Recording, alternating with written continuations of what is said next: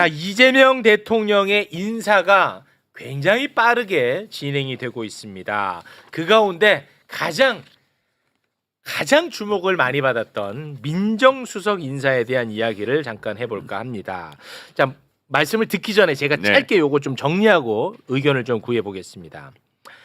이재명 정부의 성공을 바라는 사람들끼리 다양한 이야기를 하는 것은 너무나 건강하고 너무나 정상적인 일입니다. 네. 그렇잖아요. 네.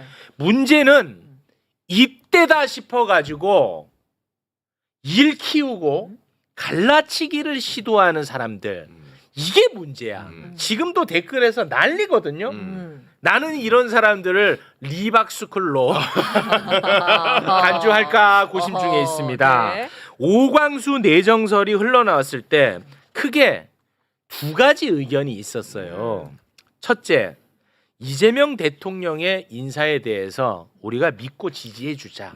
이런 의견이 하나가 있었고, 또 하나는 한 번에 검찰 개혁이 이제 미완으로 끝났으니까 오염된 정보가 또 올라갈 수도 있고 그렇기 때문에 제대로 좀 검증을 하자라는 목소리가 하나가 있었습니다. 네. 이 두 가지 목소리 중에 틀린 목소리 있나요? 없죠. 없죠. 네, 없죠. 둘 다 할 수 있는 말이고 둘 다 너무 건강한 말이고 둘 다 맞는 말이야. 네. 네. 근데 이때다 싶어가지고 이재명 정부 발목 잡기 한다 라고 이야기를 하는 사람도 있고, 이때다 싶어가지고 무지성으로 지지하는 너네들 때문에 이재명 정부 다 망친다 하면서 분란을 일으키는 사람들이 지금 너무 많아. 네네. 너무 많다는 건 아니고 내가 볼 때 한 줌인데 이게 이제 많아 보이게끔 하는 거지. 심지어 의도적으로 그런 저는 그렇게 분위기를 보입니다. 만드는 예. 사람들도 있는 것 같아요. 그렇습니다. 의도적으로. 그래서 저는 이 자들을 리박스쿨이 아닐까 의심을 하고 있는 그런 상황입니다. 네. 그런데 이런 우려를 임명하기 전에 다 나왔잖아. 네. 그럼 이거를 이재명 대통령도 다 알고 보고 듣고 하지 않았겠습니까? 네. 그런 다음에 이제 임명을 했는데요. 임명할 때 그 이유를 밝혔습니다. 짧게 듣고 오겠습니다. 오광수 수석은 검찰 출신으로 뛰어난 추진력과 인품을 두루 갖추어 검찰 안팎에서 두터운 신망을 받고 있습니다. 특히 이재명 대통령의 검찰개혁의 철학을 깊이 이해하고 있는 인사입니다. 검찰개혁에 대한 대통령의 의지를 뒷받침할 것입니다. 자, 그러면 지금부터는 이 인사에 대한 우리 정청래 위원장님의 의견을 들어보겠습니다. 제가 한 방에 정리하겠습니다. 오. 대통령을 믿어주시면 됩니다. 오. 그리고 뭔가 깊은 뜻이 있겠거니, 네. 그리고 다 말할 수 없는 뭔가 있겠거니, 일단 믿어주시면 됩니다. 네. 제가 호남에 가서 이 부분이 또 이제 궁금해하실 것 같아서 제가 그렇게 말씀을 드렸습니다. 6월 4일 6시 21분 프로 나는 여당 의원이 됐고 여러분들은 이제 여당 지지자가 됐다. 야당 지지 때는 비판이 주 기능이라면 여당은 책임지는 거다. 그러면 여러분들은 앞으로 이재명 대통령의 성공을 위해서 정책 홍보 도우미가 돼야 된다. 그 역할을 하겠냐 다 한다고 그랬어요. 그리고 이러저러한 다소간에 알 수 없는 네. 가운데에서 있는 서운함도 있을 수 있다. 그거 할 필요가 없다. 서운함이 뭐예요? 아니 이제 왜 민정수석을 오광수를 했을까? 아니야. 이런 서운함을 가진 사람이 없고 자, 이재명 정부가 성공하길 바라는 걱정이죠. 걱정. 그러니까 서운함은 누가 서운해? 걱정과 서운함은 같은 말입니다. 누가 서운해 이거를? 아니 누가 서운해 이거를? 언어의 표현 양식이 다를 뿐이에요. 하여튼 걱정과 서운함이 있을 수 있는데 믿어주시라. 네. 그리고 제가 곁에서 지켜본 이재명 대통령은 매우 정확하고 댓글도 가장 많이 읽고 있고 네. 다 파악하고 있다. 네.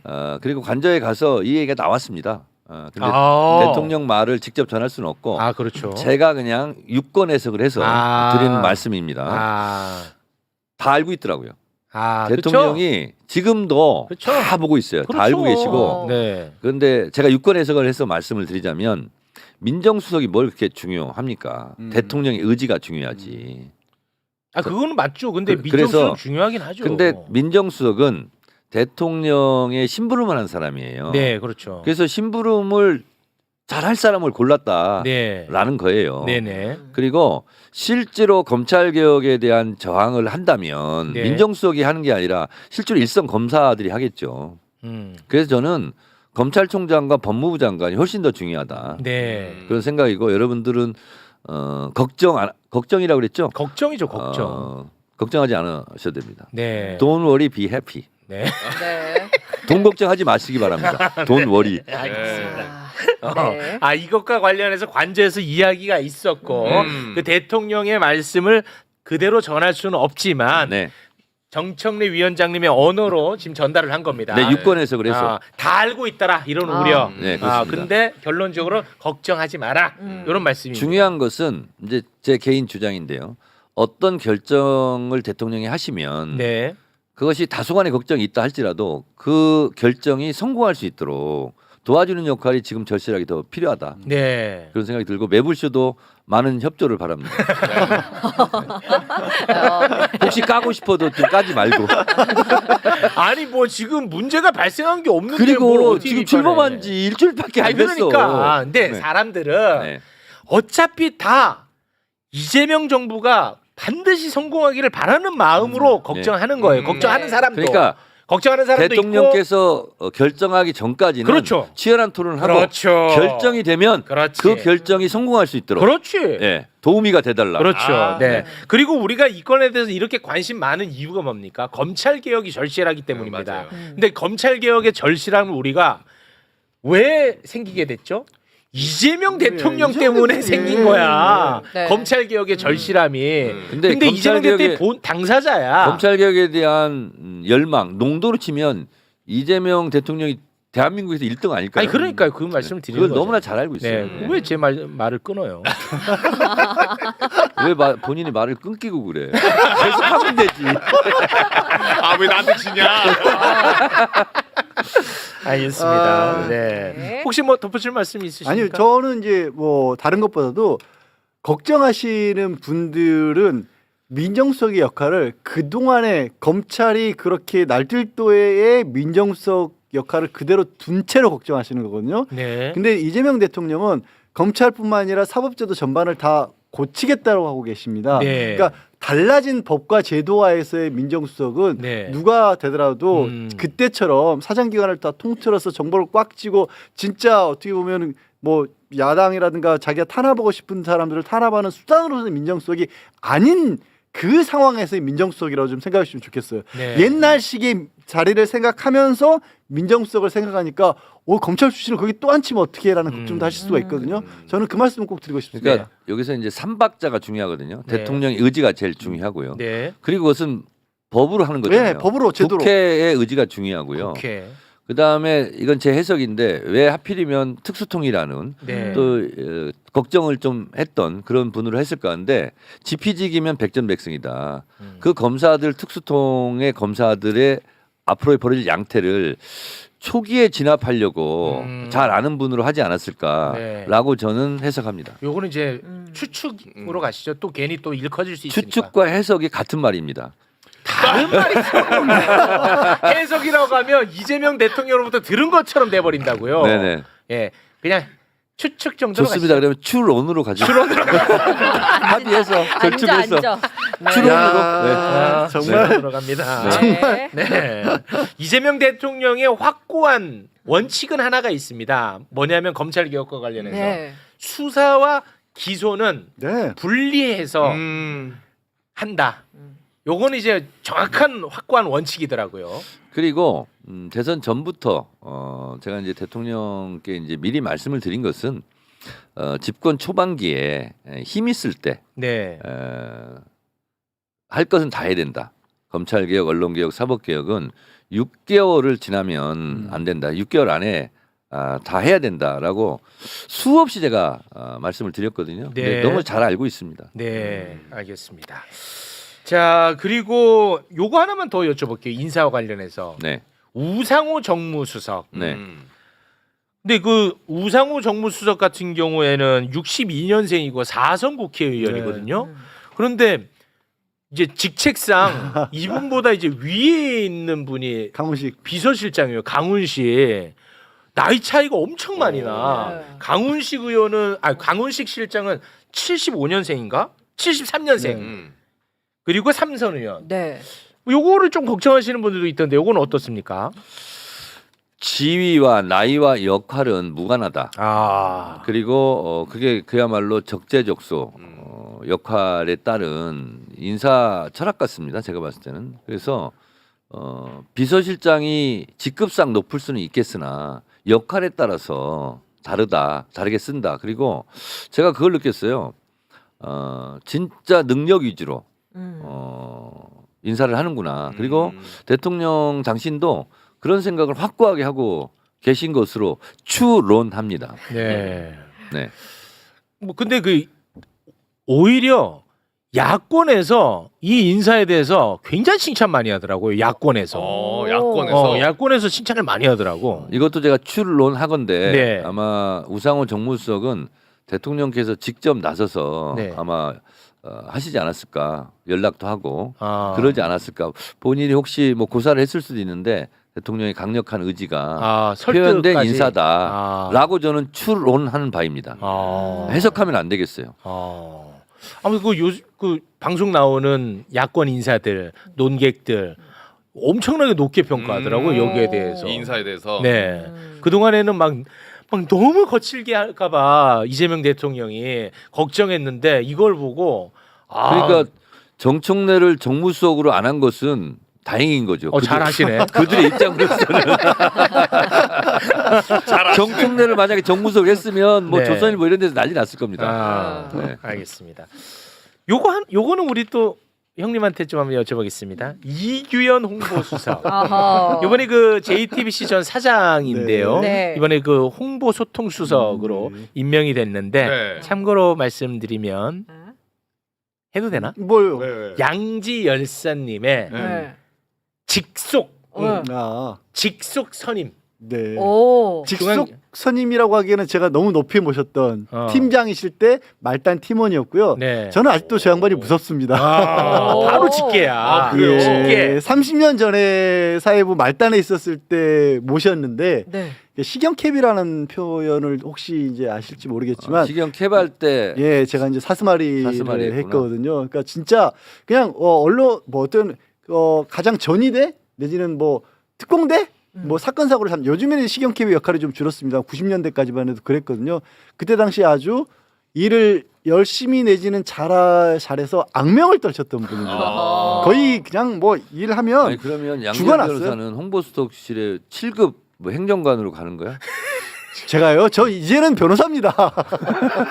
왜 아니, 혹시 그러십니까? 연락 없어요? 아 지금 아니, 저 밑에 들어서 일하고 싶은 아니 생각 그때처럼 없습니다. 부려먹으려면 편하게 야 지열아 일로 와봐 이렇게 말할 수 있는 사람이 필요하거든. 절대 다시 일할 생각 없습니다. 야 가방 좀 들어라 뭐 이런 게 필요하고 그러니까 있었거든. 저 인사를 보고 제가 느낀 건 야 이재명 대통령 밑에서 일하시는 분들 정말 힘들겠다. 딱 저런 스타일만 어떻게 골라서 같이 데려다 쓰시냐라는 겁니다. 그러니까 네. 제가 이제 호남 가서 얘기를 그렇게 했어요. 어떤 대통령은 출근을 안 한다는데 어떤 맞습니다. 대통령은 퇴근을 안 한다더라. 네. 맞습니다. 얼마나 힘들겠냐. 저 같이 일하는 이규현 사람들은. 수석이 딱 퇴근 안 했습니다. 진짜. 퇴근 안 하는 스타일이랍니다. 예, 새벽에도 그냥 전화해서 어디냐 이런 나가라 이런 스타일이었습니다. 네, 알겠습니다. 자, 우리 또 법사위원장님 나와주셨으니까 요거는 꼭 좀 여쭤보고 싶습니다. 국민의힘 법률자문위원장 주진우 의원이라고 있습니다. 뭐 법률적으로 뭐 말만 하면 다 틀리는 네. 분이긴 한데요. 네. 이분이 또 국민의힘 법률자문위원장이니까 이분이 이제 법사위원장 자리 내놔라. 민주당아 이제 좀 줘라 우리한테 이렇게 SNS에 글을 또 올렸더라고요. 여기에 대해서는 어떤 생각을 갖고 계시고 앞으로 어떻게 하실 아니 그러니까 계획입니까? 댓글에 그런 게 있더라고요. 지난번에는 야당이 맡았으니까 이번에는 여당이 맡아야 된다. 댓글에 전 동의합니다. 거기. 지난번에는 야당이 맡았으니까 이번에는 여당이. 이제 순서를 바꿔서 한 번씩. 여당이 이렇게 맞는 게 맞다. 네. 이런 댓글이 있어서 난 진짜 저기에 전적으로 동의하고 네, 진짜 정무수석과는 안 어울립니다. 그리고 좀 바랄 걸 바라고 어. 누울 자리를 보고 다리를 뻗어야죠. 그게 네. 가능한 얘기겠습니까? 그래서 제가 또 법사위원장이라서 거기에 이렇게 저렇게 코멘트 하려다가 그냥 피식 웃고 말았어. 웃고 말았어요. 네. 난 반댈세 이렇게. 네. 이렇게 정리가 됐습니다. 네. 이것도 역시 약간의 그 트라우마가 있기 때문에 여기에 대해서 이제 관심을 많이 갖는 건데 뭐 이거는 뭐 전혀 씨알도 안 먹히는 말이다. 이렇게 정리하겠습니다. 0%. 0%. 아. 0%. 영어로 0%. 네. 퍼펙트합니다. 퍼펙트합니다. 왜냐하면 이게 좀 아픔이 있잖아. 아. 물을 가치도 없어요 이거. 예, 0%로 정리하겠습니다. 자, 그럼 요거까지만 여쭤보고 우리는 여기서 헤어지도록 하겠습니다. 이재명 대통령 공직선거법 위반 혐의에 대한 파기환송심이 네. 6월 18일로 예정이 되어 있었습니다. 네. 그런데 이제 헌법 85조에 따르면 대통령은 이제 불소추 특권이 있지 않습니까? 84조. 아, 헌법 84조. 음. 네, 불소추 특권이 있지 않습니까? 네. 재판이 그래서 진행될지 말지 논란이 좀 있었는데 오늘 여기에 대해서 서울 고법이 네. 입장을 냈죠. 자, 서울 고법의 입장은요. 이재명 대통령 선거법 사건과 관련해 재판부에서 기일 변경 및 추후 지정을 했다. 이는 헌법 제84조에 따른 조치다라고 입장을 밝혔습니다. 요것은 이제 헌법 84조를 거론했기 때문에 직접적으로. 임기 내에는 안 하겠다는 재판하지 거죠. 않겠다는 건데 음. 이거는 이 공직선거법 파기환송심만 관련되는 부분이잖아요. 그래서 조의대가 이거 빨리 좀 정리를 해야 되는 거 아닙니까? 아니 근데 조의대. 그렇게 저는 이게 조의대 입장이라고 봅니다. 조의대 그렇습니까? 대법원장 입장이라고 보고 법원은 어찌됐든 개별 재판부의 사건에 관해서는 대법원장이라고도 입장을 낼 수가 없는 게 원칙인데 하지만 법원이 하는 역할은 뭐냐면 법이 어떤 뜻인가를 해석하는 게 법원의 역할이라고 하거든요. 네. 주어진 권한이고 그런데 고등법원에서 84조에 관해서 현직 재판 대통령이 된 사람의 경우에도 헌법을 이 적용을 때 해석했을 때 봤을 때 우리는 계속 중인 재판도 멈추는 게 맞다라고 해석을 내린 거잖아요. 네. 그럼 개별 다른 재판부 역시 1심 재판부에서는 따르는 게 그 취지를 따르는 게 그냥 원칙적이라고 보시면 됩니다. 좀 짧게 할 얘기를 길게 하고 계시네. 아 왜냐하면 이제 정청래 위원장님이 나와 계셔서 네. 저한테 말할 기회가 저처럼 안 주어지기 때문에 이때라도 해야 됩니다. 한 방에 정리하겠습니다. 아, 네. 어. 대한민국 헌법 84조 현직 대통령은 내란 또는 외환의 죄를 범하지 아니하고는 형사상 소추되지 아니한다. 이게 네. 80사항이거든요. 네. 그런데 이 사항에 따라서 현직 대통령은 재판이 다 중지돼야 돼요. 네. 근데 지금 개별 재판부의 독립적인 판단에 맡기겠다고 그랬잖아요. 그래서 저희가 형사소송법 개정안을 이번에 12일 날 통과를 시킵니다. 일명 재판 중지법. 그래서 오늘 저는 발표할 것을 대략 예상하고 있었는데 마치 법원이 우리가 이렇게 떡 하나 줄 테니까 재판 중지법 통과 안 시켰으면 좋겠다라는 시그널을 저는 익혀요. 아. 그렇기 때문에 더 강력하게 그렇지. 오전에 지금 박찬대 원내대표님과 회의하면서 관계없이 우리는 와. 원래대로 재판 중지법을 12일 날 통과시킨다. 정청래야. 정청래. 아니 그리고 와. 법원이 이렇게 해석을 했으면요. 이 형사소송법 개정에 대해서 딴지 걸 이유가 없어진 거예요. 아, 그렇죠. 언론에서도 그리고 여기서 뭐라고 할 수 없는 겁니다. 지금이 아니라 오늘 이것을 연기하겠다고 하는 게 아니라 이전에 문제되기 전에 대선 전에 형사 절차는 헌법 84조에서 중지된다라고 했으면 얼마나 좋아. 그렇지. 지금까지 계속 눈치 보다가 그렇지. 이제 정권이 교체되니까 그렇죠. 마치 자기들이 시혜를 베푸는 것처럼 아. 떡 하나 주는 것처럼 건방져. 이거는 안 된다. 이건 안 돼. 그리고 이것은 비공개 거래가 아니라 공개 거래처럼 느껴지는 거 아니냐. 안 된다 이거. 아. 그래서 12일 날 재판중지법은 통과시키자 하고 오전에 박찬대 원내대표 등과 같이 네. 회의를 하고 왔습니다. 아. 그리고 정청래. 대법관 증언법 있잖아요. 네. 이것도 원칙대로 처리하자. 네. 아, 진짜로요? 네. 그렇게 아, 또 돌아가갖고, 아니 그거는 조금 기다려봐. 아니, 이렇게 아니야. 하지 마시고. 아침에 회의는 그렇게 했습니다. 오전에 박찬대 원내대표랑 저랑 와. 원내 부대표단하고 그렇게 했습니다. 오. 우리는 원칙대로 가자. 박수 한번 더 쳐드립니다. 와, 미치다. 그리고 법원이 이렇게 유화적으로 나오니까 우리도 그럼 유화적으로 나오겠다. 이렇게 하면 안 된다. 그렇지. 원칙은 원칙대로 가야 됐을 때 그 네. 원칙이 산다. 맞습니다. 네, 그렇게 해서 그래서 제가 오늘 여기 매불쇼 나오기 전에 네. 12일 날 전체 회의가 본회의가 지금 잡혀 있어요. 그럼 하루 전에 법사위를 열어야 되거든요. 네. 그래서 법사위는 11일 날 오전 11시로 네. 열 테니 준비하고 있어라.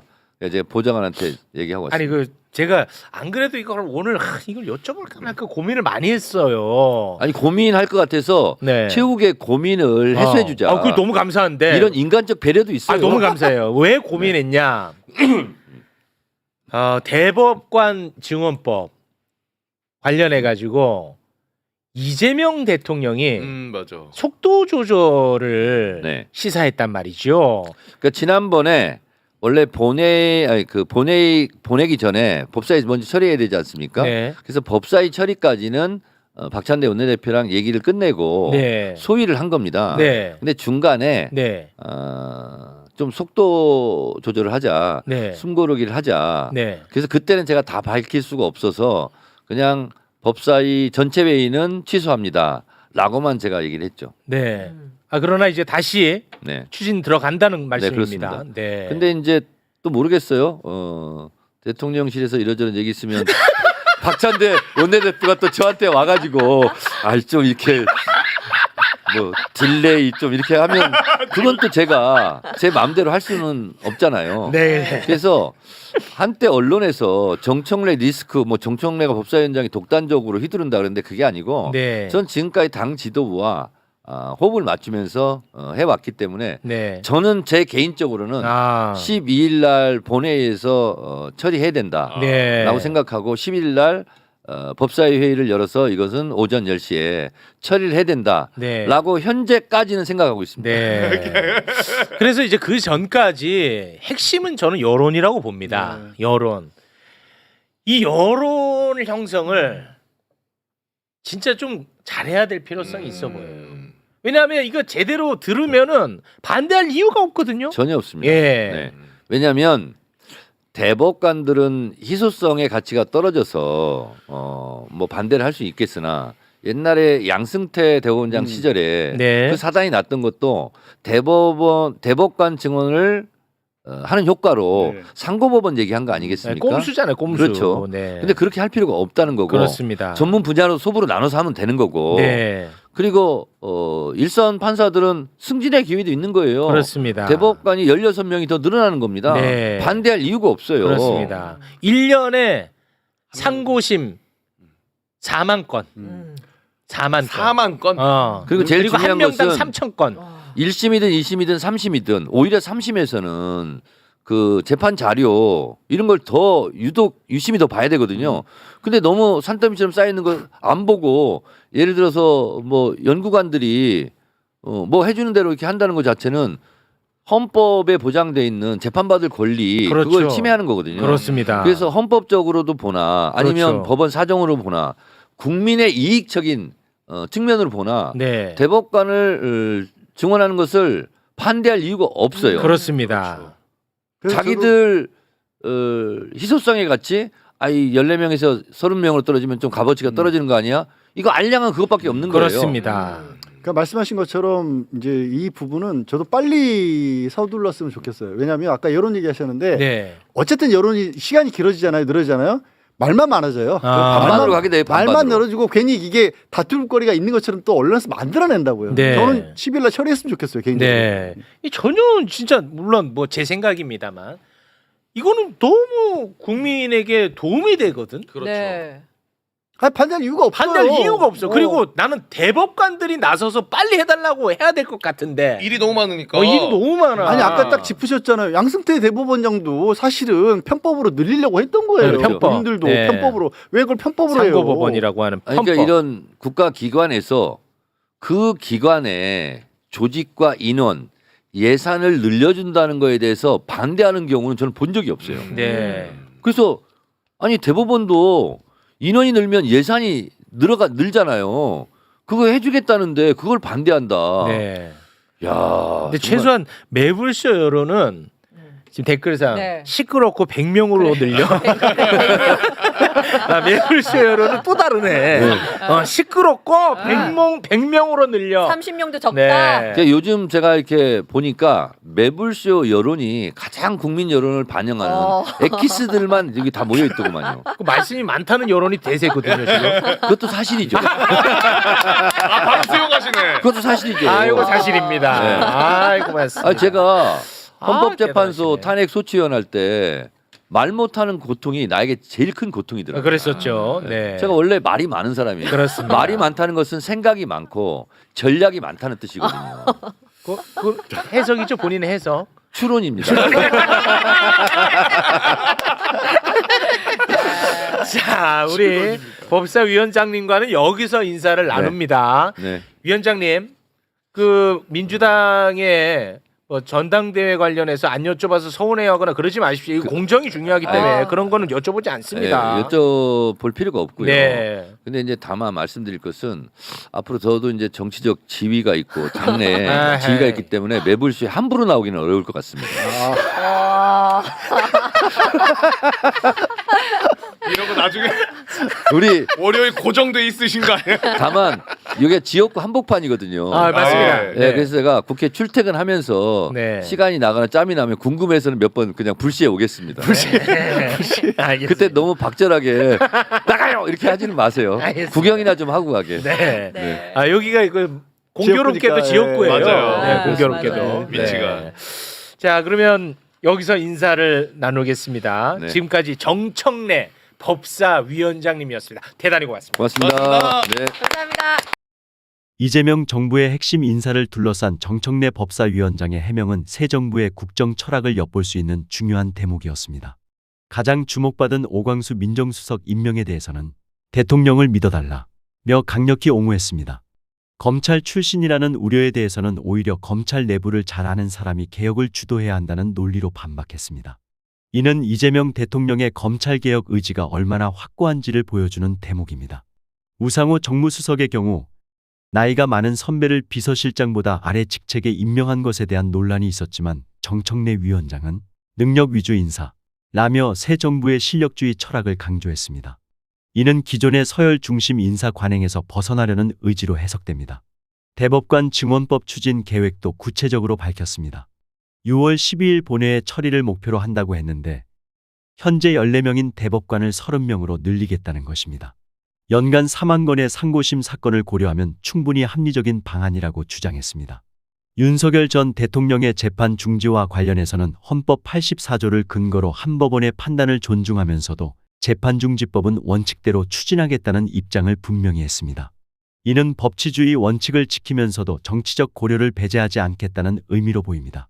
정청래 위원장의 이번 발언들은 이재명 정부가 추진하려는 개혁의 방향성과 속도감을 보여주는 중요한 지표라고 할 수 있습니다.